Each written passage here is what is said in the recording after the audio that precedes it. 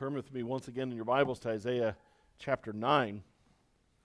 Isaiah 9, as I said at the beginning, we'll be pressing into our second of the four names that are given to the coming Messiah, to Christ.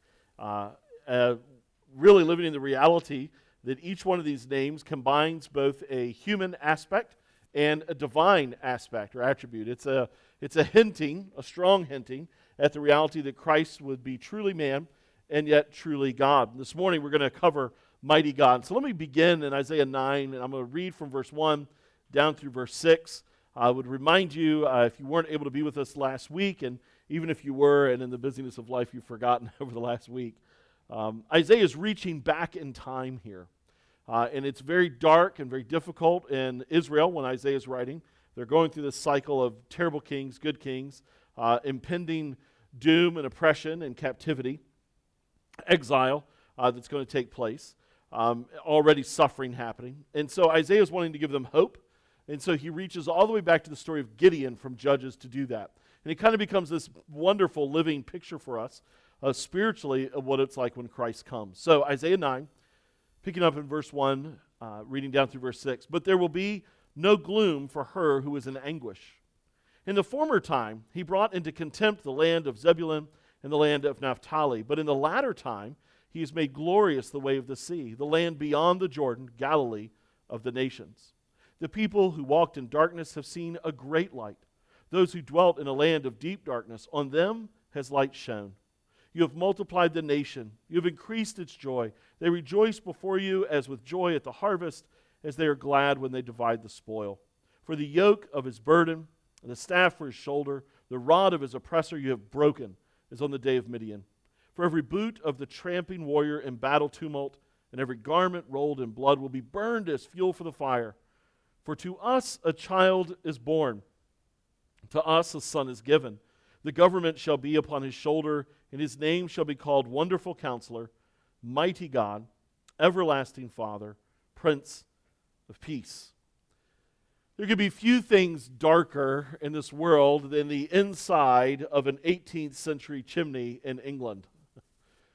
And yet the career then of chimney sweeps rose up. Now, my oldest son, when he was very, very small, fell in love with the chimney sweep from Mary Poppins. He thought it was the coolest thing in the world. He wasn't even able to speak yet, but he would run around the house jumping, and it took us a while to finally figure out what it was he was so excited about. And then it was this idea of a chimney sweep. And I think most of us, we tend to think of chimney sweeps that way, these kind of lovable, laughable, happy characters. But that was not the reality of what it was like to be a chimney sweep in England. Chimney sweeps as a career, as a profession, really cropped up after the Great London Fire of 1666.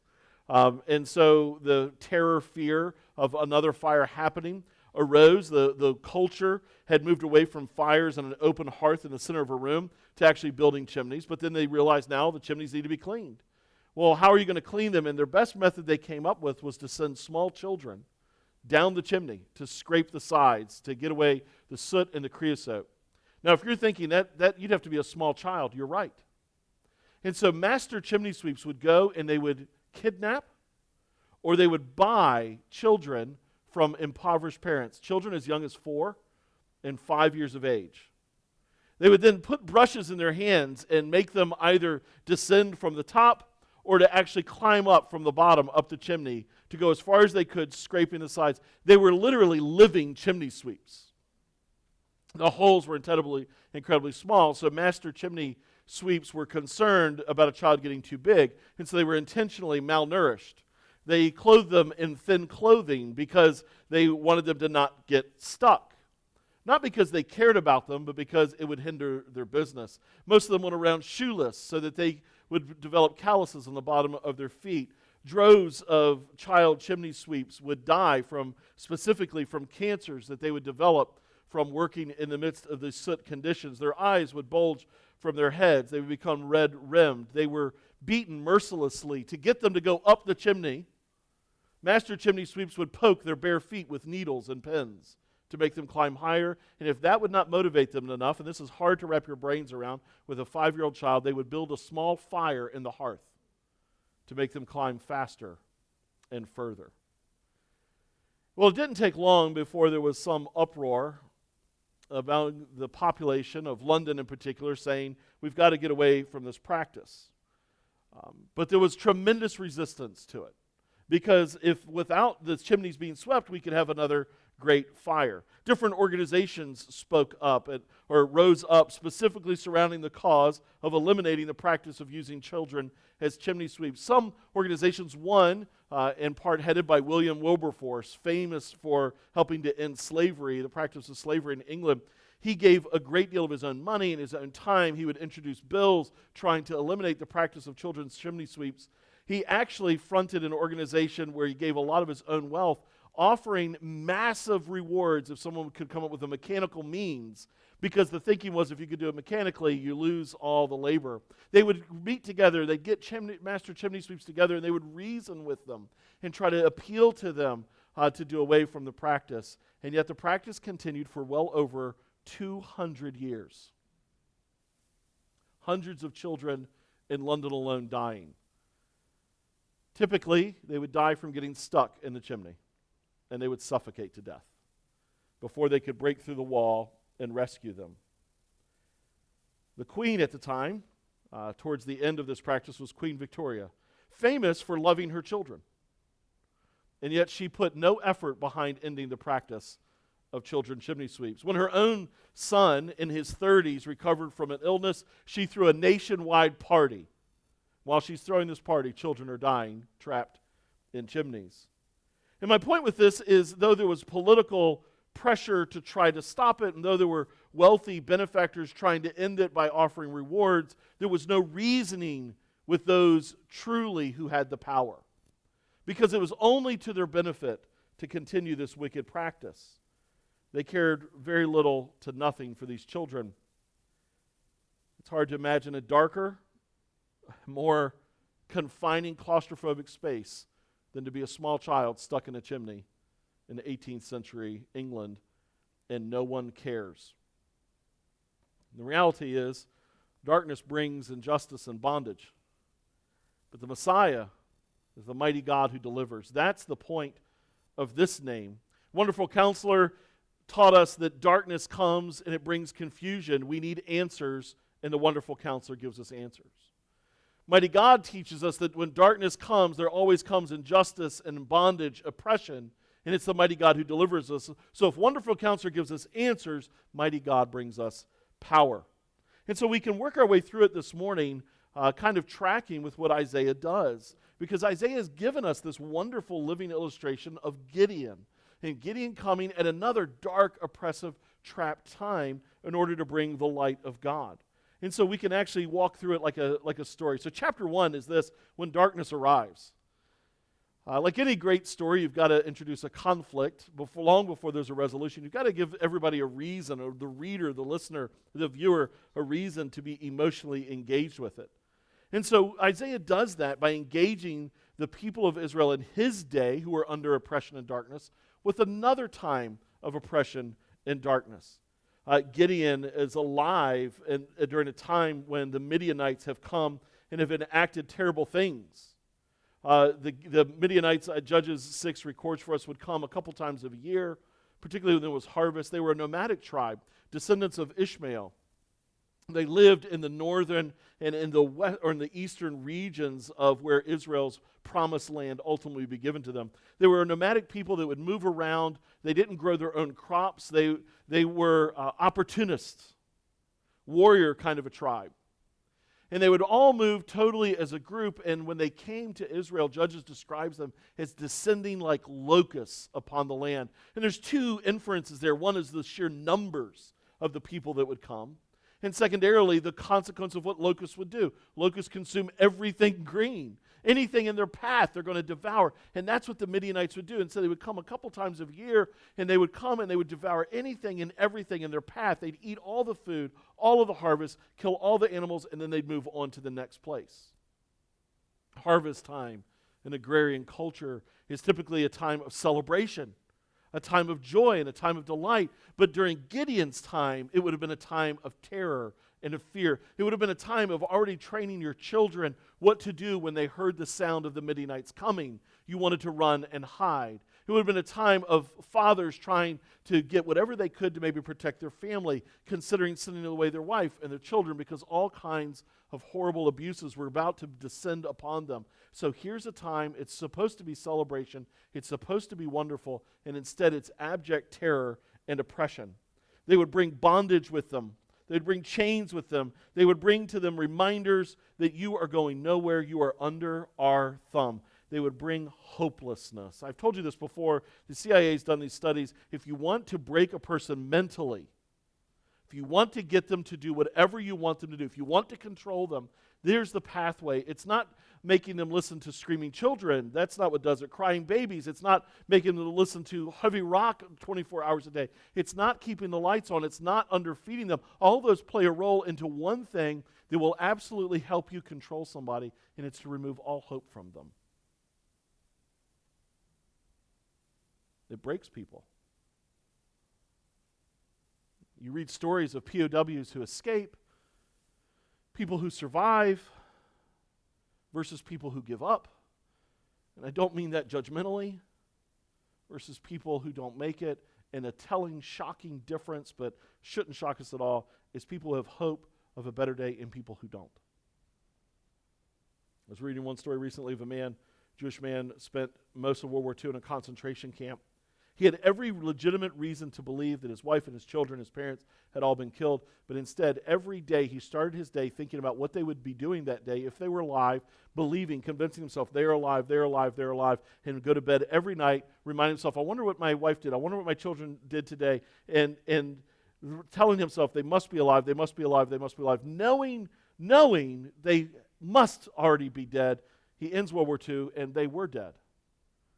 But as you read his story, what he did was he tracked his way through the concentration camp, and his person to the right and the left of him died. His people just died from lack of food, yes, but he had the same lack of food.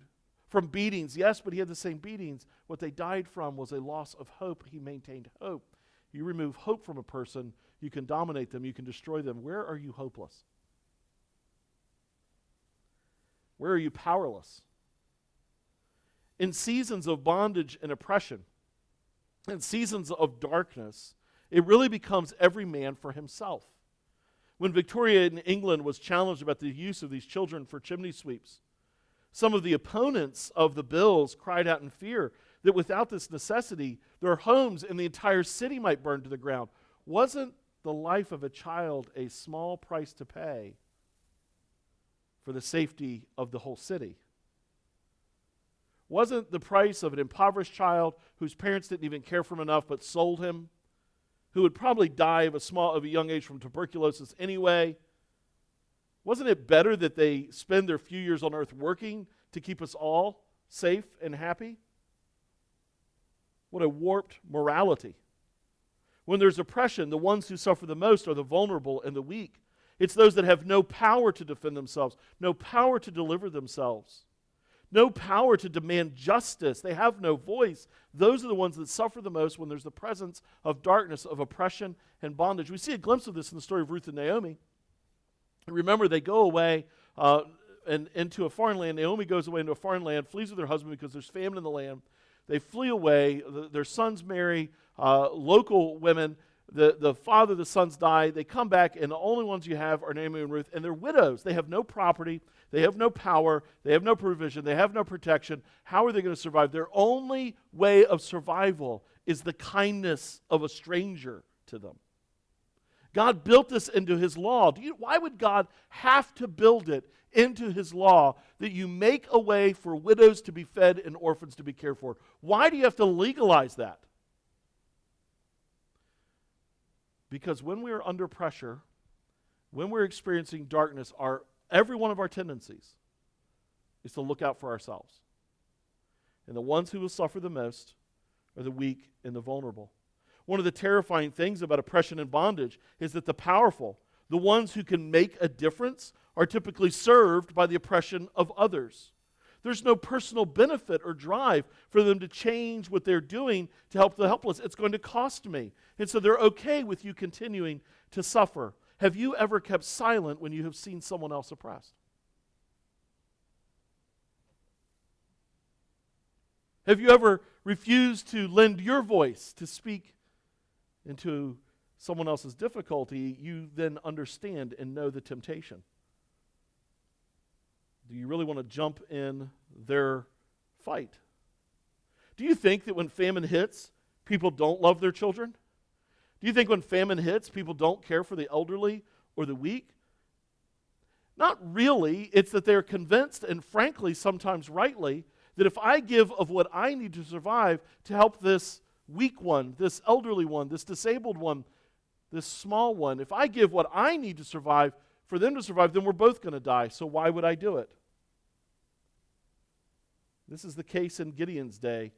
When you start reading through Judges, you start to realize there were some Jews that had power. There were some Jews who still had some means to defend themselves and to be able to open their city doors to defend the weak and the helpless and to fight against the Midianites, and they refuse. They're cowards. Oppression and bondage reveals selfishness and cowardice in everybody. When darkness comes, oppression and bondage arrives. But it's not just in Israel. While Isaiah is using this as a picture, we understand he's talking about the Messiah coming. And so we live in the reality there's oppression and bondage in life itself.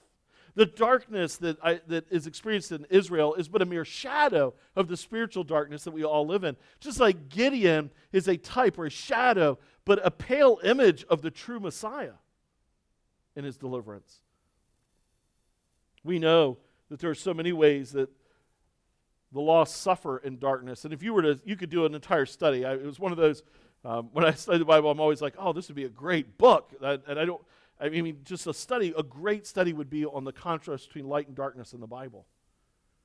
How frequently it is used to illustrate sin and hopelessness and bondage and oppression, and how light is used to picture deliverance and glory and the power of God. We know that sinners are in bondage and oppression in the darkness. They're blind to their own true condition. In 2 Corinthians, you remember that we're told that they don't even understand the things of God. The touch of depravity in the life of a sinner is so that they don't even comprehend the truth. Without God's, get this word, illumination, they cannot understand even the truths of the gospel. I'm not sure how dark darkness has to be for you to realize it's so dark you can't even know that you're dark. You're blind to your own blindness, as Paul Tripp puts it. You can't even see how much you are ruled by your own desires, selfishness, and sinfulness. They're blind to their truth. You can't help somebody who doesn't believe they have a problem. They're blind to their own true condition. There's physical suffering and death when sin happens in the book of Genesis. When Adam and Eve sin in the garden, our father and our mother are there before God, and God tells them suffering now comes. All physical suffering and death is the result of sin. Hear me right. I don't mean you sinned, so God put his finger on you and made you sick. I don't mean that, although that can happen. But all physical suffering and all physical death is the result that we live in a sin-fallen world. The winding down of the clock of our bodies, the increasing weaknesses that we experience, the frailties that we go through. You know, we move from small children who will jump off of high ledges to stages in our lives where we're afraid to take the half step out of our garage that we might fall.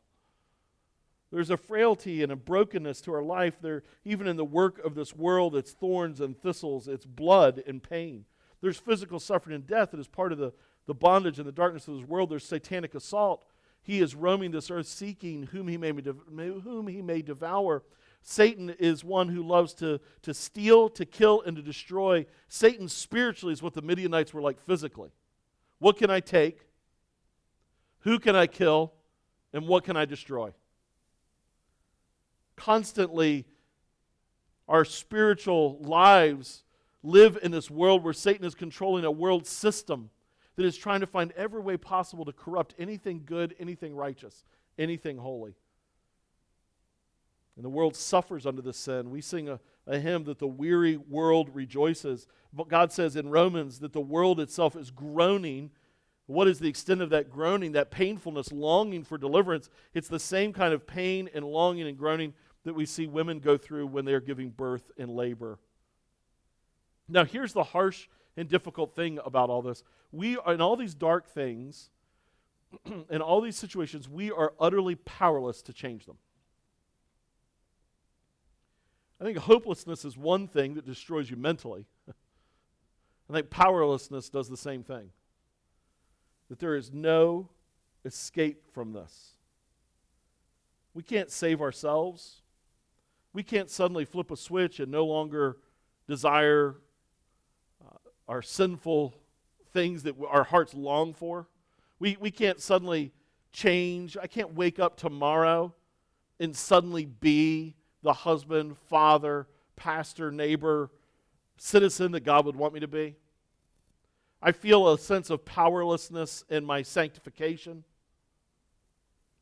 Why do I struggle with some of the same sins that I've struggled with, I feel like, my whole life? There's a sense of powerlessness in broken relationships. You can't make other people see truth. You can't make other people, you can't compel them to be humble. I can't compel broken relationships of my past and my life to suddenly for this person to be burdened for reconciliation, this person to sit down, this person to have a hard time. I can't control. I'm powerless to do this. I'm powerless in health issues. You can eat right, you can exercise, you can go to the doctor, you can do whatever it is you think is going to make you physically healthy, and yet we all live in the reality that something could strike you tomorrow and you're powerless to stop it. I'm powerless to affect change in this world that I'm discouraged by. I'm powerless to stop human trafficking. I'm powerless to stop 21st century forms of slavery. I'm powerless to stop corruption. I'm powerless to expose corrupt politicians. I'm powerless to expose corrupt CEOs who, the real estate bubble pops, they all get out with their money and move to buying their own islands while other people are kicked out of their homes because they can't pay their rent. I'm powerless. There's a sense of powerlessness in the oppression and the bondage. The most vulnerable, the weakest among us suffer the most. Children, the elderly, the impoverished, the disabled, the sickly, they experience all of the suffering spiritually and even more of bondage and oppression at the hands of evil people. You see it even in Jesus' day spiritually, where the religious leaders of the day used their position to put more bondage on people. Jesus actually described it in that kind of burden-bearing way. He said, you put burdens on men's backs that you wouldn't lift with one finger and you yourselves don't carry. What he's exposing then is their hypocrisy. He's telling the Pharisees, you have all these rules that you put everyone else under and you don't even live under them. But everybody thinks you do. This is how you really get God's favor, is live under all these rules, and you hypocrites don't even do it. And so on one occasion, when a man is healed on the Sabbath, they kick him out of the synagogue. Because how dare you be healed on the Sabbath and say Jesus did it? There's oppression even when we would turn in the midst of our hopelessness and powerlessness, and we would turn to divine. We turn to God, theology. Give me then some truth. Give me some spiritual direction, and waiting there are wolves in sheep's clothing to take advantage of the vulnerable. Well, chapter 1 sets the stage. You've got to have a conflict before you can ever desire or want for resolution. You've got to have the giant in the valley screaming, where is somebody? Before you can ever look for someone. And so chapter 2 of the story becomes, where's our hero? And automatically in that moment, some of you, a lyric through a song went through your brain, I need a hero. Where's the hero? And the hero is presented with Gideon. When you look back in the story in Judges 6 and 7 of Gideon showing up, you have light. There's lots of darkness, and then Gideon is the light. The Judges is this never-ending cycle. If every man does that which is right in his own eyes, terrible, wicked, horrible things happen. God raises up a judge, is what they're called. And so some of the famous ones you may be most familiar with, the Deborah or Gideon or Samson. And they're a judge, and they're empowered to deliver. And so then suddenly there's years of peace. Under Deborah and Barak, you have these numbers that keep showing up. You have 40 years of rest, and then 7 years of affliction. Gideon, 40 years of rest, 7 years of affliction. And that's what would happen. When the judge would die or move off the scene, they'd go right back to where they were before, and they have this endless cycle. And so they're in the bottom of this cycle, 7 years of Midianite oppression, 7 years of having their harvest eaten, 7 years of having their livestock taken from them. And then Gideon comes. But Gideon's a strange dude, man. Gideon Gideon is one of those weird characters. My family, we were out and about this week, listening to the radio, and a guy comes on, he was a preacher, and he talks about how Gideon is the only guy in the Bible that the Bible calls a hero. That's true. He says, oh man of valor, mighty man of valor. And this guy, I guess so irritated, he was telling about how the angel of the Lord, which was the pre-incarnate Christ, shows up and says, "Oh, mighty man of valor," calls Gideon a hero. Well, he finds Gideon in a wine press threshing wheat. Now, if you don't know agrarian culture, that doesn't stick out to you too much. But the way you thresh wheat is you beat it, that breaks apart the seed pods, then you throw it up in the air, wind goes through it, pulls away the chaff, seed's heavy, falls to the ground. That's how you thresh wheat. Here's the problem. In a wine press was an enclosed building, because you want anything contaminant to fall down the wine, and they would literally walk an animal around, they cleaned, crushing grapes, or people would crush them with their feet. They'd walk on them to crush them, right? And then the juice would flow out, and you're going to ultimately turn that into wine. How much wind is in an enclosed building? Not a lot. Like none. You can't really thresh wheat in a wine press. So why is Gideon in a wine press threshing wheat? Midianites are coming. They're looking for harvest. The last thing they're going to think we're doing, because it's the harvest, is making wine. That's where I'll thresh my wheat. This dude is a coward. He is hiding. And the Lord shows up and says, "Oh, mighty man of valor." So we're listening to the radio, and this was this preacher's interpretation of that text. Isn't it nice that God sees the inner hero in all of us before we ever are one? No. That's so nice. And so rejoice this Christmas season because Jesus sees the inner hero in you. I'm like, that is some feel-good nonsense. Like, God is not in heaven going, "Oh, Midianite oppression. How am I going to cover this? There's a hero. Let's go get Gideon." No. This is God speaking over Gideon, something Gideon was never going to be. It's not Gideon's power. When we need a hero, we're looking for one, and our tendency is to look somewhere other than where God looks. That's why when the giant's in the valley and he's yelling, and there's a whole army and everybody's looking around, Saul, who we know physically, is the tallest, strongest, and most military effective guy in the nation, is hiding, quaking in his tent. And who does Jesus choose? 13-year-old kid with a sling. God is on mission to show his glory, not your glory. Right?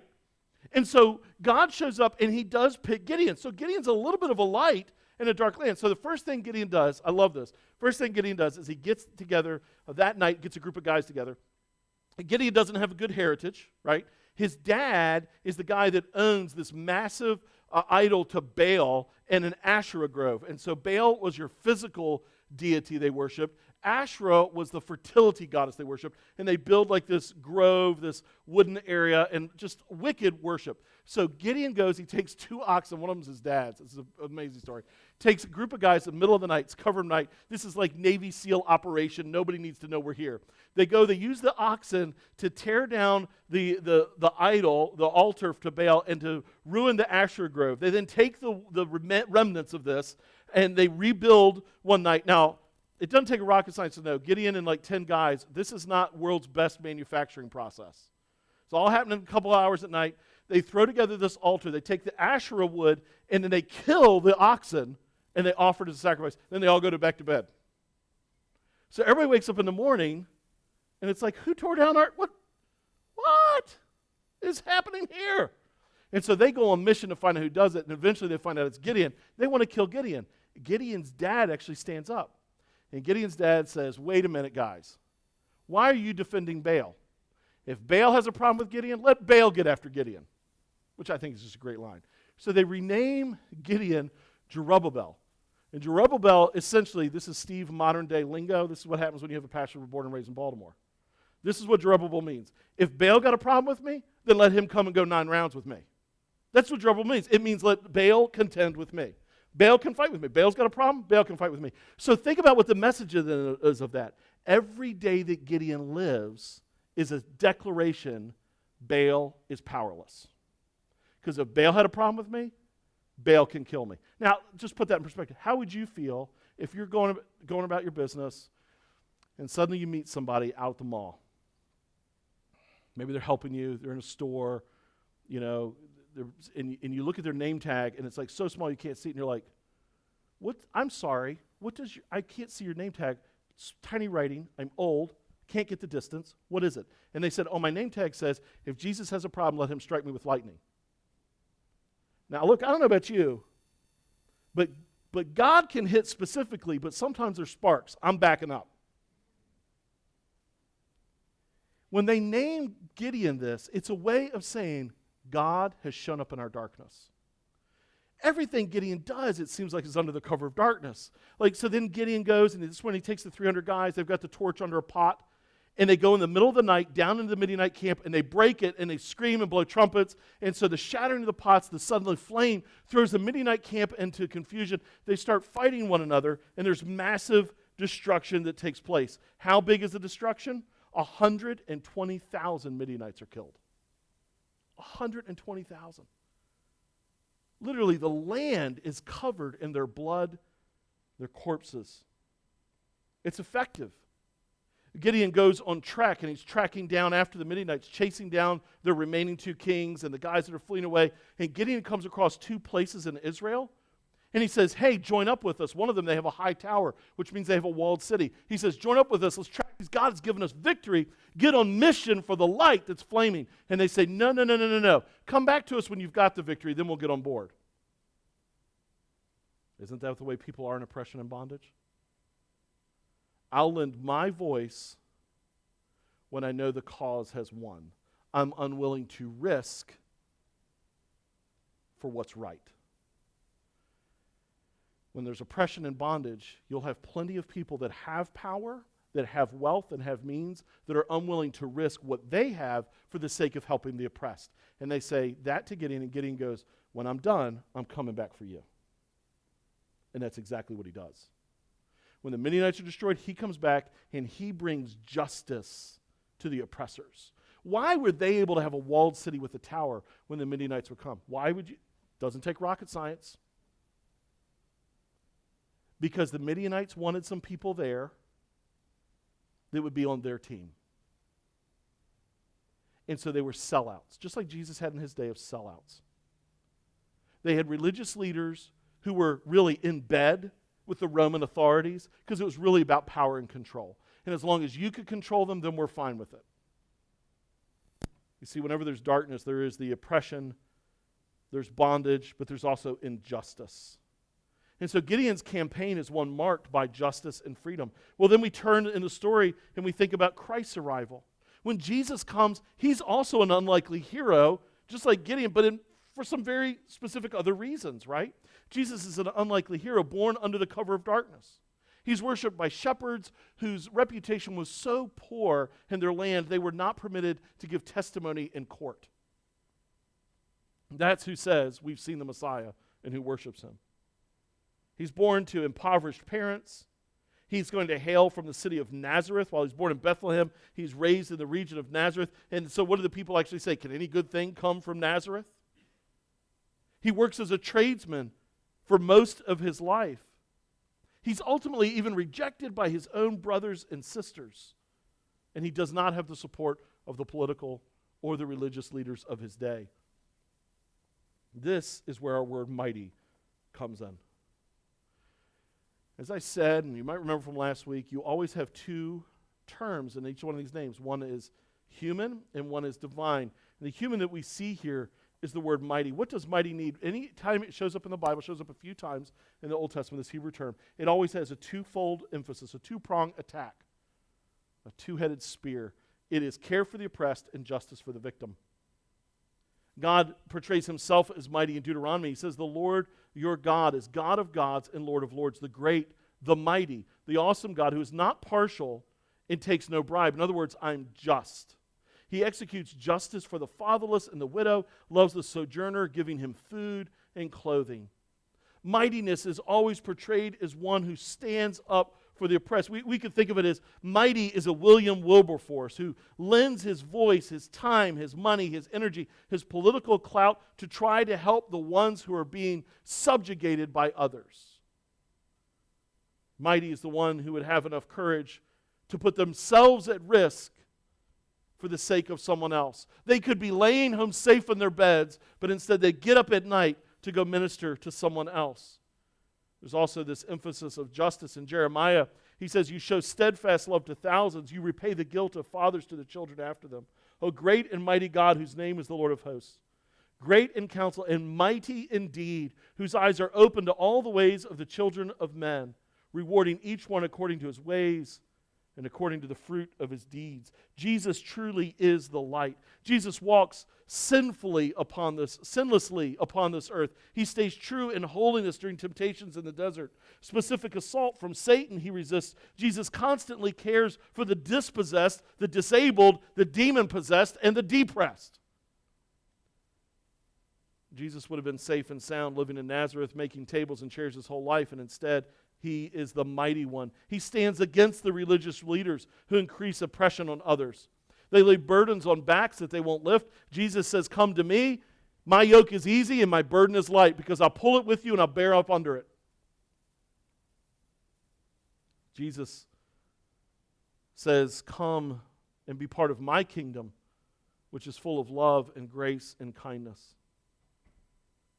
He gives power and demonstrates his might over the wind and the waves, the cataclysmic nature of this world that we know is weary and winding down, that we have no control over, that if a tornado, a hurricane comes, an earthquake hits, it's going to affect the rich just as well as the poor. Jesus controls the nature. He shows his might over those things. He shows might over spiritual things as he casts out demons. He multiplies food in his hands. You never go hungry at the table of Jesus because you just give him one boy's lunch and he feeds 20,000. He demonstrates his might with a touch he heals, with a glance he teaches, and with a word he delivers. And yet he ends in death. We look to the mighty God. We're looking for a hero, someone spiritually that can do what we cannot do. And the reason the disciples are so discouraged when he says, I'm going to go, I'm going to die, and Thomas looks at him and says, we don't know the way. After his death, they're huddled together in an upper room. What are we going to do? When he raises eventually from the dead, the disciples are caught just staring at the sky. They're lost and they're clueless, and they're saying, where is your might? I wonder if sometimes, C.S. Lewis talked about it this way. He said, lots of times Christians are practical atheists. And what he's getting at there is we think one thing, we live something else. Our what we do actually reveals who we are and what we believe. Do you ever live like Jesus is powerless in the bondage and oppression that you experience spiritually? Do you ever walk around like he could never save that person? He can never help me in this sanctification struggle. The power's not there to deliver. The power's not there to overcome. The power's not there to provide. Would you be one that would sing Handel's Messiah, Wonderful Counselor, Mighty God, but your life practically acts like he has no power? Next chapter in the story is we have a hero, but there's plenty of corruption. And it's actually a sad part of the story of Gideon, because you can sense all the hope of the people. And there's two ways you can see it. One is here in Isaiah, and then one is back in Judges. In Isaiah 9:5 here, it describes the hope that Gideon brought. It says, every boot of the tramping warrior in battle tumult and every garment rolled in blood will be burned as fuel for the fire. Now, just bear with me a moment. 120,000 people have died, but Israel has been under bondage for 7 years. 40 years of peace prior to that, but lots of destruction prior to that because of other offending nations. So when you come in to possess a people, ancient warfare, we could think of it this, let's put it in modern day context. If suddenly our nation was attacked by North Korea and boots are on the ground, right? And North Korea knows that there's lots of gun ownership in the United States. What do you think they're going to do when they arrive if they want to oppress you and subjugate you? What will they be required to do? Take every gun they can find away. Every oppressive regime must do that, right? Why do they have to do that? Because they have to take away any power you would have to resist, right? So what do you think would happen when the Midianites would come? When the Assyrians eventually would come, when the Babylonians would come, they would remove any ability you have to wage war. And so, yeah, they're going to hide away some swords. They're going to hide away some shields. They're going to try to figure out to make some weapons. Suddenly, scythes are going to become weapons of warfare. Hoes that they would dig in the ground are suddenly going to become a chopping instrument to try to wage war. So suddenly, you have 120,000 Midianites are killed. All their armor, all their weaponry is laying there. And what you do with it is you burn it all. Why would you ever do that? Because in that moment, you're hoping we'll never, ever have to fight again. You might even be familiar with some of the promises of the Messianic kingdom where it talks about that they will beat their swords and their shields into instruments of farming. It's the flip side. It's like, I'm never going to have to fight again, so I'm not going to need this. I'll never need this again. Listen, I love to shoot a good gun. The only reason I'll ever need a gun in the Messianic kingdom is just because it's loud and powerful and it's fun. It's like I was joking with somebody today. I think electric cars are of Satan. Right? It needs to be loud, measurable horsepower, and go quarter mile fast, right? So I'm not going to need a car to drive around when I get to the Messianic kingdom. I'm hoping there's cars in the Messianic kingdom. I don't know. But why would you burn it? Because your hope is this. Your hope is in this person. Now we're delivered. I'll never have to fight again. And so you see it in Isaiah, but then you see it in Judges. They go to Gideon after deliverance happens, and this is what they say to him, Judges 8:22. The men of Israel said to Gideon, rule over us, you and your son and your grandson also, for you have saved us from the hand of Midian. They're like, finally, we've got a guy. And this is where you get that hint in Judges that the whole driving thing is we need a king, we need a king, we need a king. We've got to get out of this cycle, we need a king. Gideon has courage. They now are convinced. Gideon, God has got, power of God is on him. So Gideon, you rule us, your son and your grandson. In other words, we want it for generations to come, and that's what will give us ultimate hope. For years, William Wilberforce and others fought for the safety of the chimney sweeps. Wilberforce actually died in 1833. The practice of using children as chimney sweeps, the ultimate banning of being able to buy children and steal children and force them up chimneys to suffocate and die did not end until 1875. It had lasted for over 200 years. They actually don't even know how many thousands of children were enslaved as chimney sweeps and murdered. I don't know any other word for it. So that rich people could have clean chimneys. While there are hints of light from Gideon, and there were hints of light for these chimney sweeps, you can only imagine their hope when they would hear that there's this powerful politician giving us money. There was this hope that finally this would end it and their nightmare daily existence would be over. There was hope with Gideon. There's hints that Gideon and his children would be able to help, but there would be no actual help. You see, Gideon ultimately has tons of wives, gives birth to 70 sons. We don't even know how many daughters. Gideon tells the men of Israel, no, that's not what you need. But let me tell you, Gideon's son actually does come to rule. He rules for 3 years. You know how he starts his rule? He begins the day of his rule by murdering 69 of his 70 brothers. Gideon took all the earrings. He said, when they were trying to make him king, he said, no, just give me all the earrings. Just the earrings, so the smallest portion of the slain Midianites would give. So they give all that to him. Gideon uses some of it for wealth. Some of it he melts down into what's called an ephod, just like, almost like a breastplate. He hangs it in his city, and you know what people start doing? They start coming and worshiping that ephod. And so, yeah, he's light. But corruption comes quickly. There is no lasting change.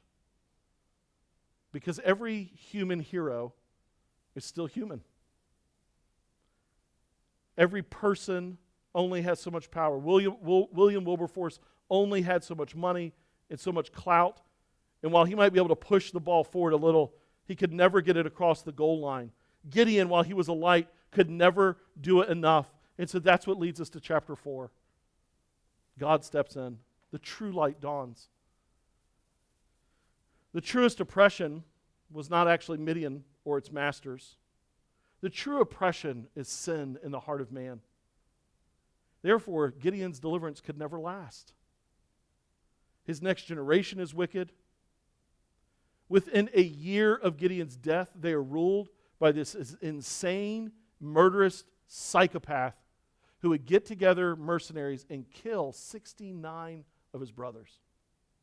It's a stunning moment of darkness. In many ways, it's darker than the land was under the Midianites. Because now this guy is the true king, and he's revealed that he doesn't have a problem killing whoever he needs to kill to maintain and consolidate his power. I'll do whatever is necessary to stay in power. At least the Midianites would leave, not Gideon's son. You know, the problem is any hero that we read of in the Bible, we see the corruption and we see the failures. Moses, who murders an Egyptian and then in a moment of his own anger suffers consequences so he can't go into the promised land. Whether it's Joshua, who eventually dies and goes off the scene. Whether it's Samson, who is rendered blind and powerless because of his own wickedness and the violation of his Nazirite vows. Whether it's Gideon, or whether it's even David, who ultimately commits adultery and murder, refuses to enact justice when his son murders another son, or when his son rapes his sister. David, the man after God's own heart. David, we say, give us a Messiah from the line of David. David experiences corruption as well. The world is weary. Its need of a deliverer. It's a perfect picture of what Isaiah actually says is in the heart of God later in Isaiah 59. He says, therefore justice is far from us. Righteousness does not overtake us. We hope for light and behold darkness. For brightness, but we walk in gloom. We grope for the wall like the blind. We grope like those who have no eyes. Stumble at noon as in the twilight. Among those in full vigor, we are like dead men. We move forward to verse 15. It says, truth is lacking. He who departs from evil makes himself a prey. The Lord saw it, and it displeased him. There was no justice. He saw there was no man and wondered that there was no one to intercede. And his own arm brought him salvation, and his righteousness upheld him. When you feel powerlessness, where do you turn? Where do you tend to put your trust and your hope? In whom do you depend? When you have been wronged by someone else and there's injustice, where do you turn? How can Jesus be the hero of not just your story, but through you into the lives of others? Do you turn, when something's going wrong and you're powerless, do you turn to the almighty internet? That I'll find answers here? Do you just turn to another trusted person, thinking that true hope can be found in a person here that can give you the right answers? Do you turn to the government to suddenly meet needs, cure injustice, and deal with the oppressed? Do you turn to self-help books, self-help mechanisms? You find yourself trapped and in bondage. We can talk all we want about a chimney sweep trapped in a dark chimney, but if we're honest, that's how you feel spiritually. Unable to breathe, unable to see, unable to move. Powerlessness. Where do you feel powerless? Darkness brings injustice and bondage. But the mighty God, the Messiah, is the one who is intended to deliver. And so God calls us to embrace the mighty God, that power may be seen. This is where we get the divine part of the name. You see, this is an interesting name because some of you have been around church life enough, you'd get this. Some of you, this is new information for you.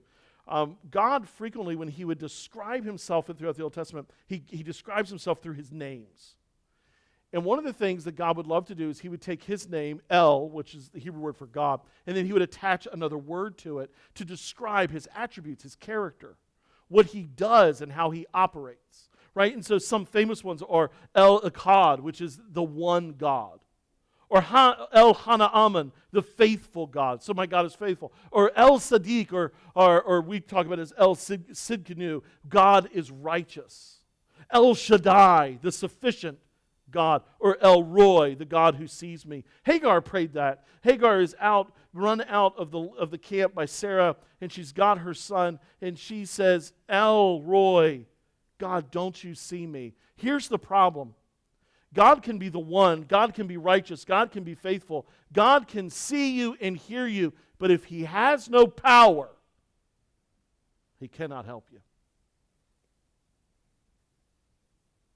God sees the injustice.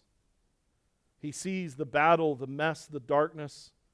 and into that breaks forth the glorious light of the Messiah.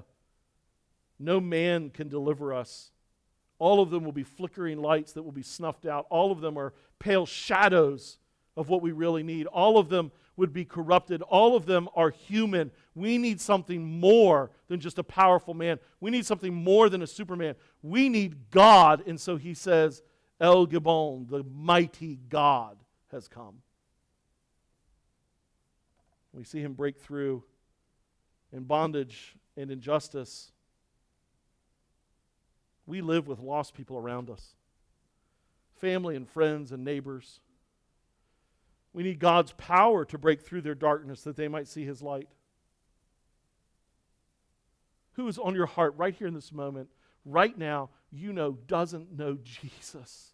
And they are consumed in darkness. They are blind to their sin. They're living in suffering. They're living in bondage. Their own desires, their own flesh rules over them. And you know that they're even blind to their own blindness. Who in your life you burden for right in this moment that the mighty God would break through? We come at Christmas to the one who has the true power to deliver them. We live in bondage to things like sinful habits. And yet Christ has put within us his resurrection power through the Spirit to grow and to change us. In this war, in this spiritual war, oh saint, oh believer who is on mission to become like Jesus, that is a war. But you and I struggle and we wonder why God has not given us immediate victory. It's probably the most common question I get in discipleship or counseling scenarios. Why won't God just deliver me? It feels like God has not, in this war of sanctification, God doesn't just end it with an atomic bomb, but he seems like he's calling me to slog crawling through the mud, regaining an inch at a time and feeling like I'm sliding back at others. Well, in one sense, we would have wanted, obviously, this wicked practice of the chimney sweeps to be ended in a moment. Of course. We would have wanted the oppression to be silenced, deliverance to happen, these children to be permitted to go to school, to be adopted, to be loved and raised in health and wellness. In another sense, the fight spanned for 200 years. There were men and women who gave their entire lives to that fight. Their wealth to that fight, their means to that fight, their friendships to that fight, who fought endlessly. In the 200-year fight demonstrated the value of the fight and the commitment of the deliverers. When you and I are slogging every day, feeling like we're in bondage and we need just the power of the mighty God to help us, I want you to know, each new day you will find his mercies. Each new day you will find his grace. Each new day you will find his power. And what God is saying in our wrestling match as we're calling up a muddy hill towards sanctification, toward like Jesus, to live every day in that fight is to declare his power and the worth of it. There's value in fighting to be like Jesus. So at Christmas, we celebrate the mighty God who gives us strength and power and victory. And almost more precious than that, when we fail, he gives us mercy and grace and forgiveness. We live feeling trapped like chimney sweeps sometimes, trapped by the responsibilities of our lives, obligations, trapped by monotonous chores and tasks, trapped by endless schoolwork, trapped by the suffocating pressure of bills. Does the mighty God deliver from those? Doesn't he, when he gives true meaning to our work? When he lifts it out of its utter feeling at times like it's pointless? When you can't change one more diaper, make one more meal, wash one more piece of clothing, administer one more piece of discipline, and you are so weary, doesn't the mighty God enter that moment and tell you there is value as you're doing this for my glory, there is value as you're doing this to my namesake, there's value because this is showing that we push against the wickedness of this world? Doesn't God give might to it when he rewards even small glasses of water done in ministry in his name? When you and I feel absolutely powerless to effect change or to actually do real ministry, he says, even the smallest glimpse of my light coming out of you, I will reward. Doesn't he show his might when he reminds us that our true treasure isn't found here, but it's found in eternity? Nothing spells dissatisfaction. Nothing spells misery. Nothing spells want like Christmas. Every movie ends in a happy ending. Every TV show, the family's gathered together. Everybody gets what they want. Everybody's happy. And you turn off the TV and you're alone and cold and wondering.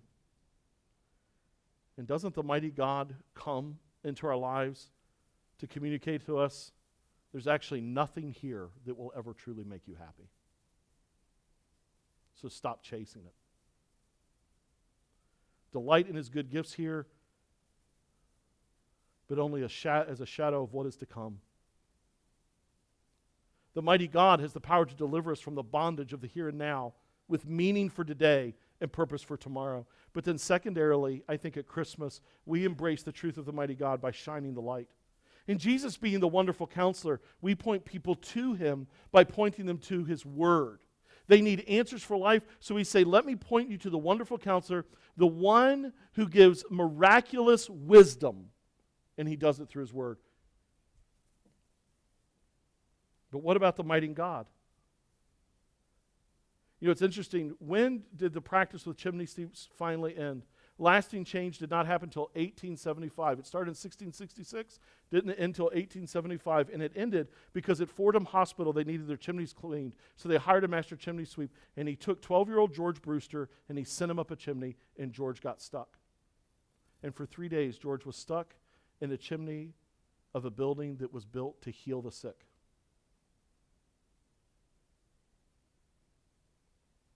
Now, it shouldn't take 3 days. But it took them 3 days to break through the chimney to pull this 12-year-old boy out, and he died days later.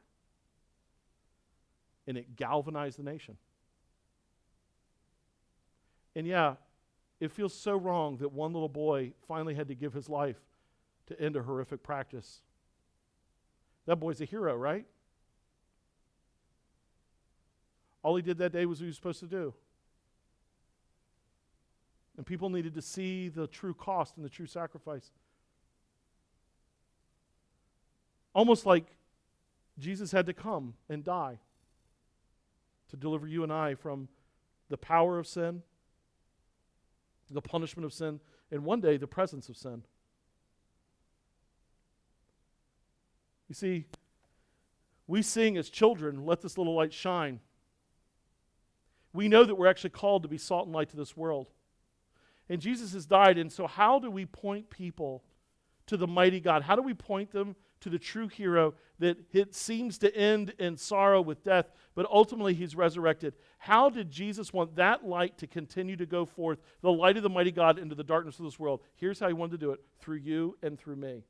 He said, let your works so shine before men that they may see that light and glorify your Father in heaven. This comes on the heels of the Sermon on the Mount when he says, you were weary, you were mourning, you were poor in spirit, rejoice when people persecute you, when they say all manner of evil against you. This is what I want you to know this morning. It is in the darkness of oppression, it is in the darkness of bondage, it is in the feeling trapped of our wrestling with sanctification, of injustice done against us, when you and I say, no, but I will walk in the feet, in the shoes, in the sandals, in the steps of my Savior who shined a glorious light. All I can do is give a cup of cold water. All I can do is a very minimum of love someone around me. All I can do is the very paling of telling someone that their hope is in Jesus. And God takes that flickering candle, listen now, and it points to Jesus, the glorious dawning of the day that our dark world desperately needs.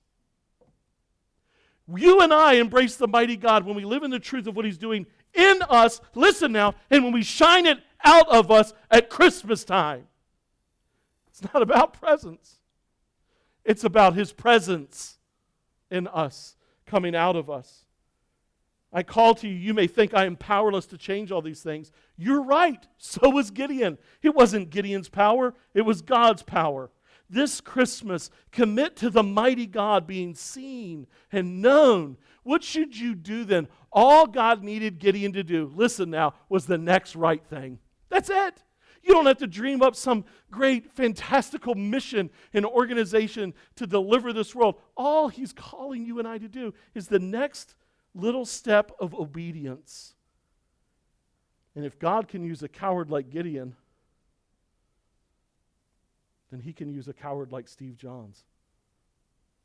If he'll reward a little cup of cold water, then surely he can take that flickering light of the mighty God's presence in you and in me, and he can beat back the darkness of a fallen world. Darkness brings injustice and bondage. But the Messiah, the mighty God, he delivers. Father, thank you for the power of Christ at work in us, over us, coming out of us. Father, I pray that this Christmas we would be set on mission to live in the reality of, but also to declare the power of the mighty God. May we do that you would be known and shown, that you would be seen and adored. And Father, that our hope would be found in you. We pray this in Jesus' name. Amen.